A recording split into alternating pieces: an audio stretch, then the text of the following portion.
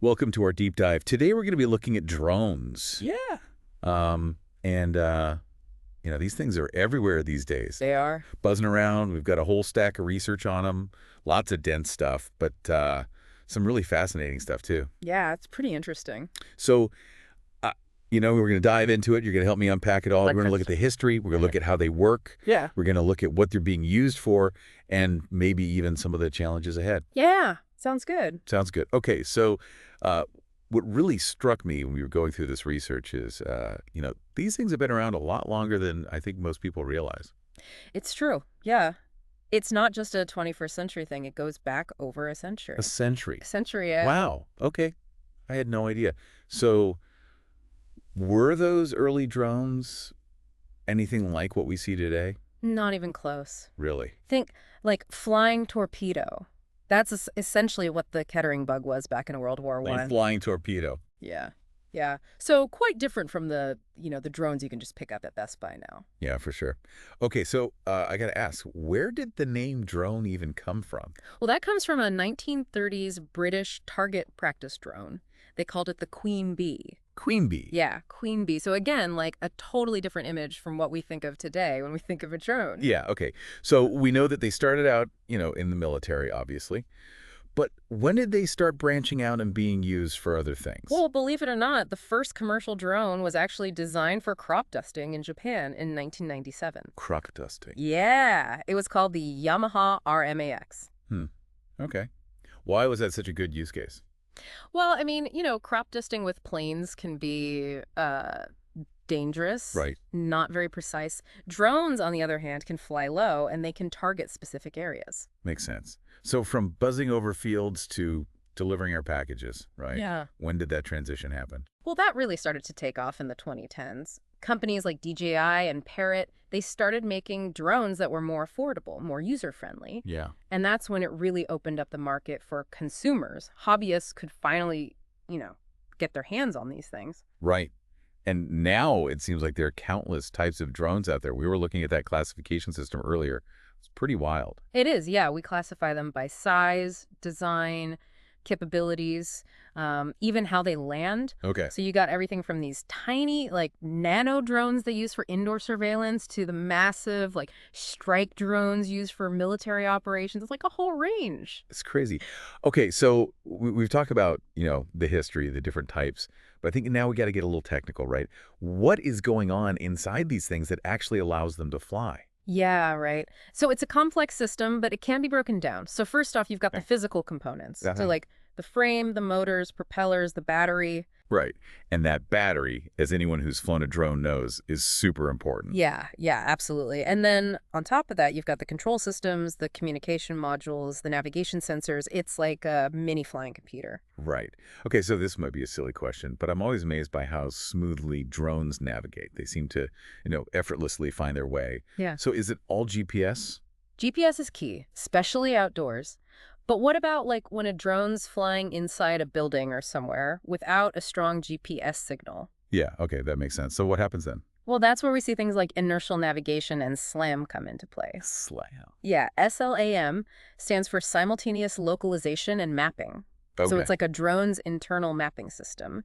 It uses sensors to build a 3D map of its surroundings in real time, and it figures out its own position within that map. So it's like learning as it flies. Exactly. Yeah. Yeah.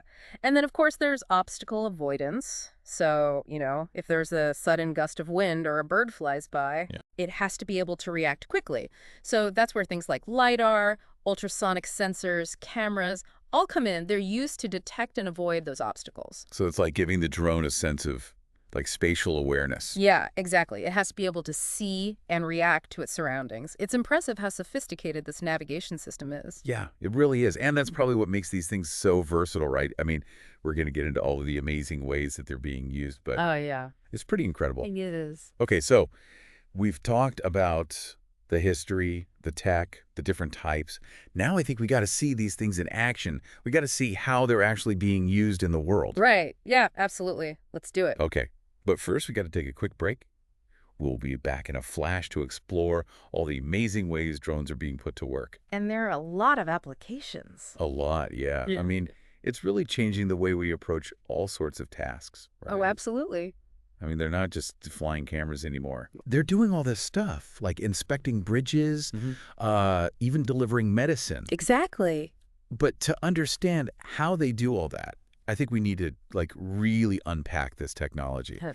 You were showing me this thing earlier, this drone architecture thing. Yeah. Can we talk about that? Absolutely. So it's kind of like a layered cake of technology. Okay, so, like, walk me through the layers. What's at the bottom? What's at the foundation? At the very bottom, you have the physical layer, right? The Right. hardware. So that includes the frame, the motors and propellers that make it fly, the battery, of course, which powers everything, and then the essential sensors that allow it to, like, perceive its environment. So this is where things like lightweight, durable materials come into play. Exactly. Yeah. Like carbon fiber, for instance. Yeah, things like that. Because every gram matters when you're trying to get something airborne. Right.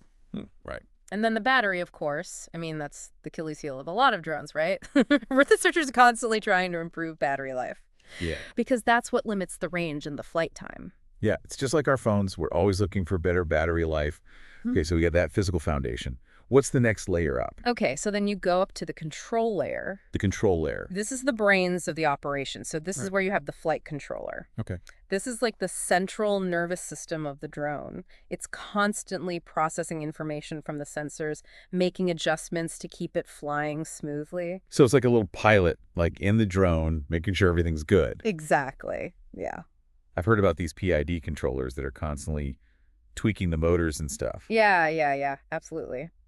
PID controllers are a key part of this layer. They're making these minute adjustments to keep the drone balanced in the air. It's amazing how much is going on. You don't even realize when you're just seeing it fly. Yeah, exactly. There's so much happening behind the scenes. Okay, so what's next on our little drone tech tour here? Okay, so next is the communication layer. Yeah, so this is how the drone talks to the world outside. Okay. So it includes the radio transmitters and receivers that allow you to control it remotely, of course. Right. But it also includes things like the telemetry systems that send back real-time data about the drone's status. So you're not just sending commands to the drone, it's sending you information back. Exactly. Yeah. So you get things like altitude, speed, battery life, location, all that stuff. That's crucial, right? Yeah. For monitoring the flight. Okay, what's next? So then we have the navigation and localization layer. Navigation and localization. Yeah. So this is how the drone figures out where it is in the world, how to get where it needs to go. Right, and we talked about earlier how GPS isn't always reliable, especially like indoors or areas with interference. Exactly. Yeah. So when GPS is out of the picture, that's where technologies like SLAM really shine. Okay. Remember SLAM? Simultaneous localization and mapping. Yeah. The internal mapping system. Oh, exactly. It's using sensors to build that 3D map of its surroundings in real time so it can figure out its position even without GPS. That's pretty cool. And then what about like those unexpected obstacles, like a sudden gust of wind or a bird flying by? How do they deal with that? That's where obstacle avoidance systems come into play. Okay. So these systems use a variety of technologies like LIDAR, ultrasonic sensors, cameras, Right. to detect and avoid those obstacles in the drone's path. So it's like giving the drone a sense of spatial awareness. Yeah. It's like, a self-driving car, but in the air. Kind of, yeah. Okay, so we've got like the body, we've got the brains, the communication system, the navigation. What else is going on in there? Okay, so next up is the perception layer. The procession layer. Yeah, so this is where the drone starts to like really see the world. So this involves cameras, lidar systems, and some pretty sophisticated computer vision algorithms. So it's not just capturing images, it's like understanding what those images mean. Right. It can identify objects, track movement, even make decisions based on what it sees. That's where AI comes into play, right? Exactly. Yeah. AI is playing a huge role here. Wow, okay. So you have drones that can not only see but also interpret their surroundings. Okay, so that's a lot of data. That must require some serious processing power. Absolutely. And that brings us to the data processing layer. KB processing. Yeah, so this is where all that information from the sensors gets analyzed and turned into something meaningful. Okay. So onboard processors, edge computing devices, even cloud integration for really large amounts of data. It's like a flying data center. Kind of, yeah. Yeah. It is pretty remarkable what they can pack into these things now. It's amazing. Okay, so we got the body, the brains, the communication, the navigation, the perception, the data processing. Anything else, or are we good? One more layer. One more layer. Arguably the most important one, the security layer. Secure. Yeah. So this is about protecting the drone from cyber attacks, making sure the data it collects is secure, preventing those worst case scenarios where a drone goes rogue. Right, right. Yeah, that's a good point. I mean, with all this technology packed in there, we got to make sure it's secure. Exactly. So things like encryption, anti-jamming systems, fail-safe mechanisms that kick in if the drone loses communication with the operator. Right. So it's about protecting the drone itself, but also the data it collects. Yeah. Yeah, absolutely. And also the people and property around it. It's all about responsible and ethical use. Okay, so we've gone really deep on the tech side. Now I want to see how all this plays out in the real world. Yeah. Let's shift gears. Let's explore some of those amazing applications. Okay, let's do it. All right, so let's see these drones in action. Let's see what they could really do. Yeah. I'm excited to explore these applications. There are some amazing ones out there. Okay, so let's start with agriculture. We talked about this a little bit before. Drones being used for things like crop monitoring and spraying. Right. But can you break that down for me? What are the real advantages there? Well, imagine this. A drone, equipped with a multispectral camera, flies over a massive farm. Okay. It can analyze the health of individual plants. It can identify areas that might need more water or fertilizer. It's giving farmers this incredible ability to see their fields in a whole new way. So instead of just guessing or treating the whole field the same way, they can target specific areas. Exactly. It's all about precision. And it's not just about monitoring. Okay. Drones can also spray pesticides and herbicides, again, with incredible accuracy. So you're reducing chemical use, minimizing the environmental impact. So it's like a robotic farmhand in the sky. Kind of. Yeah. Okay, so agriculture is one area where they're making a big difference. What about logistics, delivery? Yeah, so that's another huge area. I've seen those videos of Amazon testing out drone delivery. Is that really the future? It's not just the future. It's happening now. Really? Yeah, drones are really good for last mile delivery, especially in those busy cities, right? Where you have all that traffic congestion. Right, so instead of waiting days for a package, you could have it delivered in hours by drone. Exactly. And it's not just about speed. Okay. Drones can reach places that are difficult to get to by traditional means. Like remote villages, disaster zones, even offshore oil rigs. Right, so it's like breaking down barriers, connecting people in ways we never thought possible. Exactly. Okay, so we got farming, we got deliveries. What other jobs are they doing?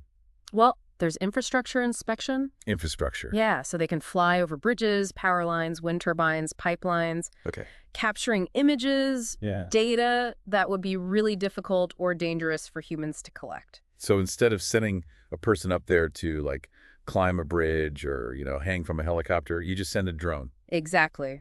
It's much safer, more efficient. Okay, and it doesn't stop there, right? Oh, no, not even close. What else? We're talking monitoring wildlife populations, creating 3D maps of terrain search and rescue operations. They're even used to film movies. Right. Big blockbuster movies. It's incredible how much they can do. It's really changing the world. But, I mean, with all this, you got to think about the concerns too, right? Well, of course, yeah. Safety, privacy, regulation. Yeah. How do we make sure they're being used responsibly? It's a really important conversation to have. As drones become more common, we need to make sure they're being used ethically. That means developing clear regulations, Right. promoting responsible operating practices, and addressing those concerns about privacy. Right. It's about finding that balance Yeah, between the innovation and the responsibility. absolutely. It's an ongoing process. Right. As the technology keeps evolving, the regulations, the ethical considerations, all that has to evolve too. Okay. Well, I think we've covered a lot of ground here. We have, yeah. From the history of drones to, the complex tech that makes them work. It's been a journey. And all the amazing ways they're being used. It's clear that they're much more than just gadgets or toys. They're really powerful tools that can, transform industries, save lives. They're pretty inspiring, honestly. It makes you think about what's possible. Yeah, it really does. And as we wrap up, I just want to leave our listeners with one final thought. Okay. As drones become more and more a part of our lives, what role will you play in shaping their future? That's a good question. Will you be an innovator, a user, maybe even involved in regulation, or just an observer? It's something to think about. It is, yeah. The future of drones is full of potential, and it's up to all of us to make sure that potential is used for good. Well said. Thanks for joining us on this deep dive. Thanks for having me.